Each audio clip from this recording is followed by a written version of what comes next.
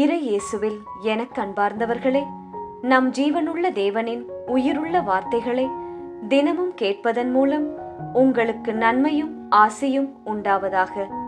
இன்றைக்கு நம் உள்ளத்தில் ஆண்டவர் பேச விரும்புகிற திருவசனம் யோவான் 1ஆம் அதிகாரம் 51ஆம் திருவசனம். வானம் திறந்திருப்பதையும் கடவுளின் தூதர்கள் மானிட மகன் மீது ஏறுவதையும் இறங்குவதையும் காண்பீர்கள். இறை இயேசுவில் எனதருமை நண்பர்களே, உங்கள் அனைவருக்கும் நம் இயேசுவின் அன்பை உரித்தாக்குகின்றேன். இன்றைய புனிதர்களாம் தூதர்களாம் அதி தூதர்கள் தூய மிக்கேல், தூய கப்ரியேல், தூய ரஃபேல் ஆகியவர்களை நாம் இன்று நினைவு கூறுகிறோம்.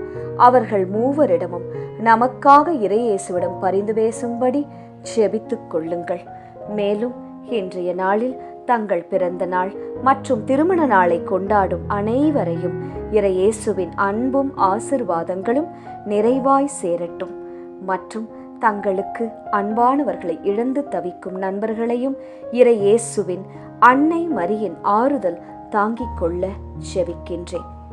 இன்று செப்டம்பர் மாதம் 29ஆம் தேதி திங்கட்கிழமை. எப்படி இருக்கிறீர்கள் நண்பர்களே? வாரத்தில் முதல் வேலை நாள் அல்லவா?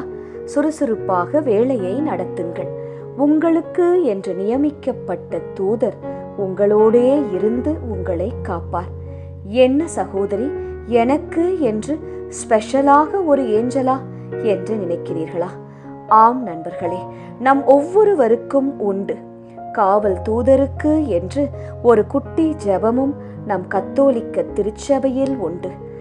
அதை நான் சப்போது சொல்லட்டுமா?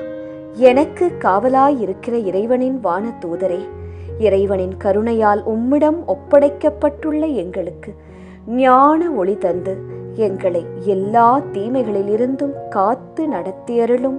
ஆமேன். இதுதான் அந்த ஜெபம். நம் சேனலிலும் உள்ளது. நீங்கள் அன்றாடம் செய்து காவல் தூதர்களால் பாதுகாக்கப்படுங்கள். தினமும் செய்யுங்கள். அப்போது எந்த ஒரு தீங்கும் நடக்காமல் அந்த தூதர்கள் இயேசுவின் பிரதிநிதிகளாக உங்களோடே இருந்து உங்களை காப்பார்கள்.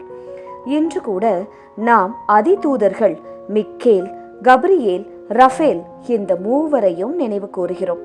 வான்படை அதிபதிகள் இவர்கள். ஆத்துமாக்களை இறைவனிடம் கொண்டு சேர்ப்பவர்கள். தூதர்கள் உண்டா? அதற்கு விவிலியத்தில் சாட்சிகள் உண்டா சகோதரி என்று கேட்கிறீர்களா? நிச்சயம் உண்டு நண்பர்களே. இன்றைய முதல் வாசகத்தில் தானியேல் கூறுகிறார், பல கோடி வான தூதர்கள் அவருக்கு பணி புரிந்தார்கள் என்பதாய். யோவான் 12லும் மிக்கேலும் அவருடைய தூதர்களும் அரக்க பாம்போடு போர் தொடுத்தார்கள் என்று உள்ளது. அதை நாம் படிக்கிறோம். அரக்க பாம்பு என்பது எதை குறிக்கின்றது? சாத்தானைதான். நம் வாழ்விலும் அந்த அரக்க பாம்பாகிய சத்துரு உருவாக்கும் பிரச்சனைகளில் இருந்து நம்மை காப்பாற்றிக் கொள்ள நம்மால் மட்டும் முடியாது. அதி தூதர்களிடம், மிக்கேல் சம்மனசானவரிடம் முக்கியமாக ஜெபிக்க வேண்டும். அவர் உங்களுக்கு என முன் வரிசையில் நின்று போரிட்டு உங்களை பாதுகாப்பார். இழந்து போன அனைத்தையும் திரும்பவும் மீட்டு தருவார் சத்துருவிடம் இருந்து.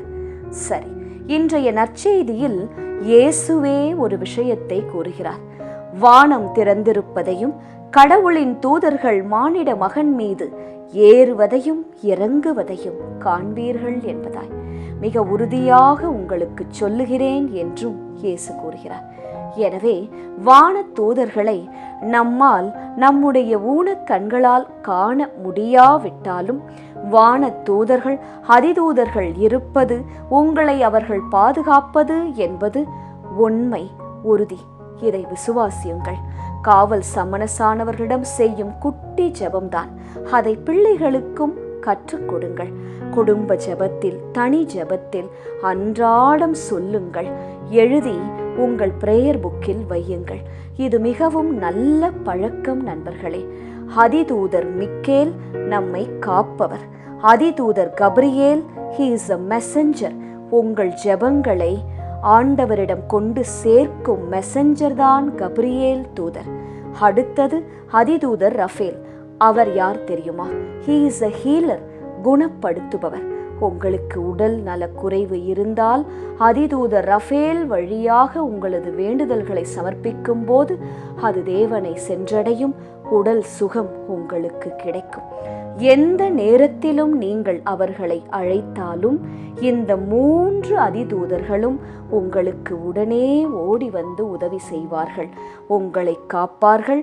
உங்கள் ஜெபத்தை கொண்டு இயேசுவிடம் சேர்ப்பார்கள்.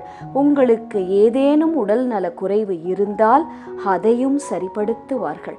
அதனால்தான் நம் தாய் திருச்சபை இன்றைய நாளில் அதிதூதர் மிக்கேல், அதிதூதர் கப்ரியேல், அதிதூதர் ரஃபேல் அவர்களை நினைவு கூறுகிறது. என்ற அதிதூதர்களிடம் தவறாமல் ஜெபியுங்கள் நண்பர்களே. ஜெபிக்கலாமா? இயேசுவே, உமது சேனையின் தூதர்களை அனுப்பி எங்களை காத்தருளும்.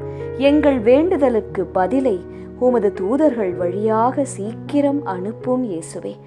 நான் விரும்பும் உடல் சுகம், மன அமைதி, ஹீலிங், சமாதானம், அதையும் உமது தேற்றுதலின் தூதர்கள் வழியாக எங்களுக்கு தாரும் இயேசுவே.